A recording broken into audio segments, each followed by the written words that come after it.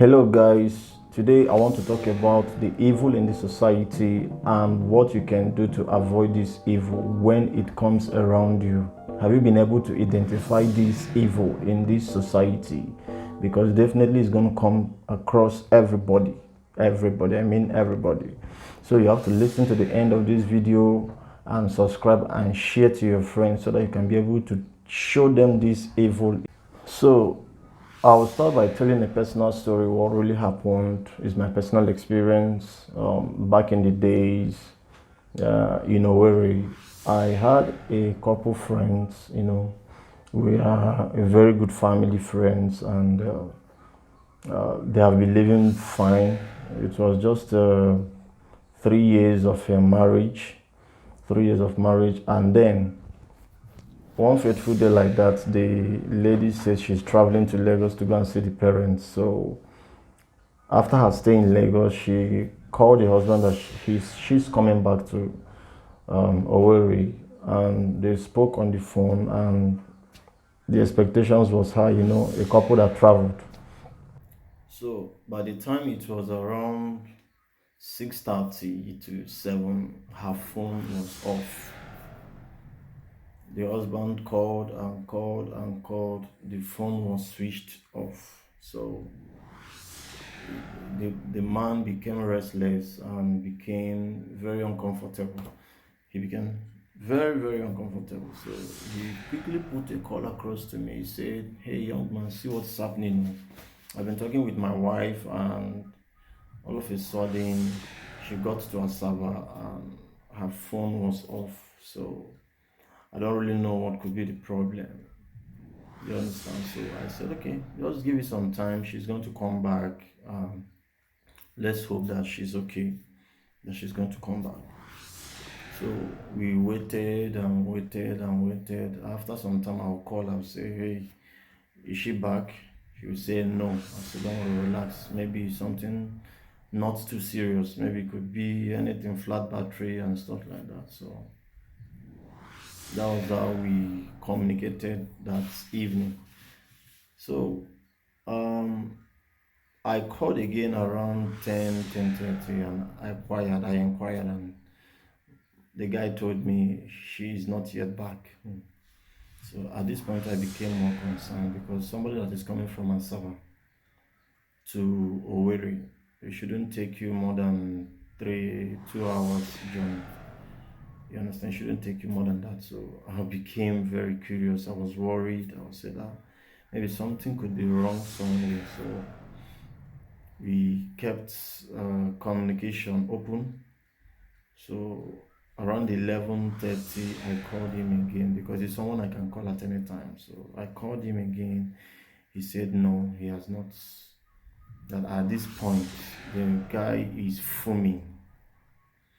He started accusing the wife that this girl, I said it, she's sleeping around. She is sleeping around. I cautioned him. I said, please don't do that, okay? Don't do that yet. Let's hear from her. She said, no. The guy said, no. The girl is sleeping around. My wife has been sleeping around. I've been suspecting this, and the truth is this. This is the end of the marriage. This is the end of the marriage. That she purposely switched off her phone to go and stay in the boyfriend's place to continue the journey by tomorrow. So I didn't know what to say again on the phone. I was waiting till daybreak so that I can visit the family. So just at the dawn of the morning, I quickly rushed to Mr. James' house to know what is really happening. I went there, I saw him, I saw the wife. The wife was explaining to the husband why she couldn't come back yesterday night. And the husband was fuming, honestly, was raging with anger, accusing the wife of infidelity, that she has slept out, that she has a boyfriend, that he has been suspecting her all this while. And today she has just shown it to rubbed it on his face. So I said, Mr. James, calm down. Let me talk to your wife first. I said, please, madam, what happened? What really happened? She now told me that when they got to Asava, she was held in a traffic. Her battery was down. Her her intention was once she gets to the park in Onitsha, that she's going to charge a little and then continue her journey and communicate the husband before continuing her journey. So, but that didn't happen. They got to the park almost around 8:30 because of the traffic, and she couldn't charge. So she have to board the vehicle going to Owerri to continue the journey. But along the line, they had a flat tire. The battery is dead.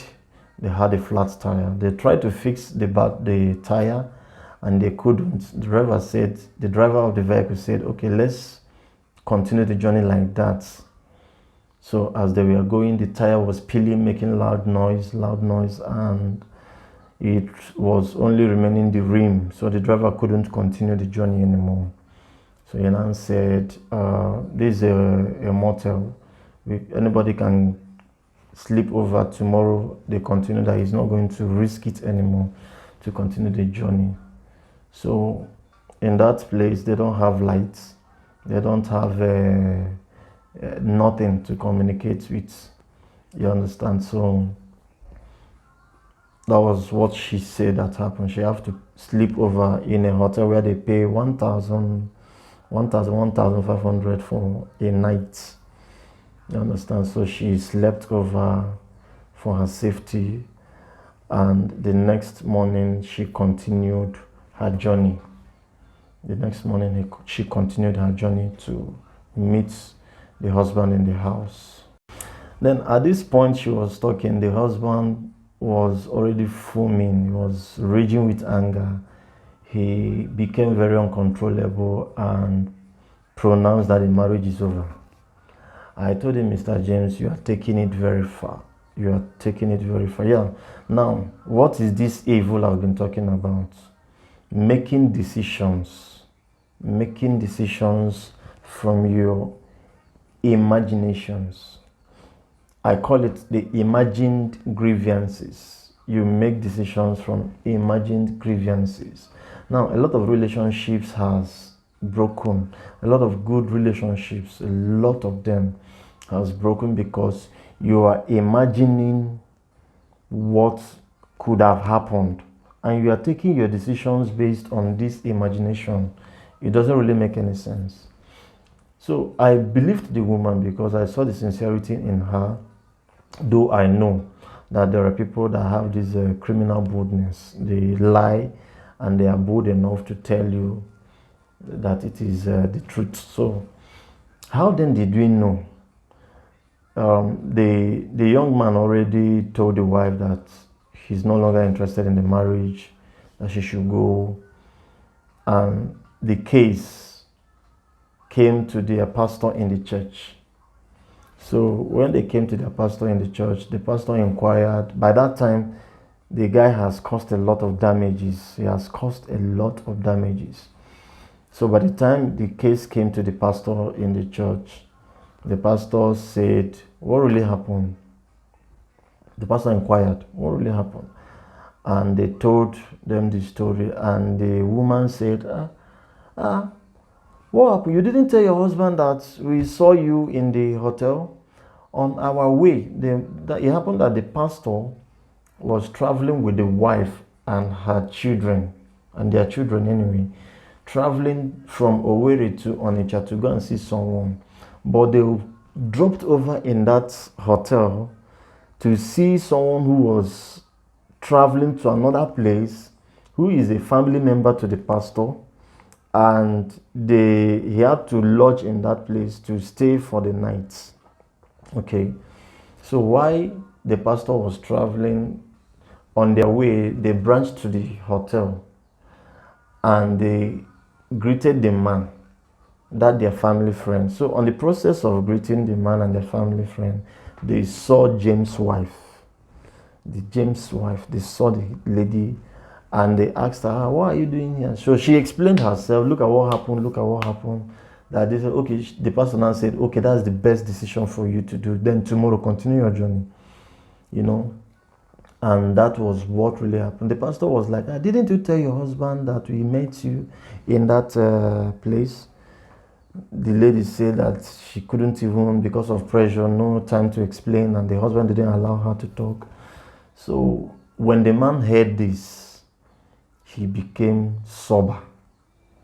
He became sober and tried to get the attention of the wife again. But the wife, because she has lost that, how will I say it, that trust and respect for the man. In fact, the whole saga led to the divorce of the marriage. So what's my point here? Most of us has accused our partners, our business colleagues, our friends wrongly by imagined grievances. You are having some grievances in your mind and you are imagining that this is how it could be, this is how it is, and you are exerting those actions on innocent persons. It is a very evil that lives among us. Please, if you're in that category, I want you to desist from it. If you, before you judge anybody, try to know, hear from that person, and believe that person. Except you're having trust issues, believe in that person, and then believe that, okay, what this person is telling me is the truth. Except the person is giving you reasons to doubt whatsoever he or she is saying. But before you take your decision, make sure you hear from your spouse, make sure you hear from your partner what really happened. And whatsoever the person tells you, you have to believe it.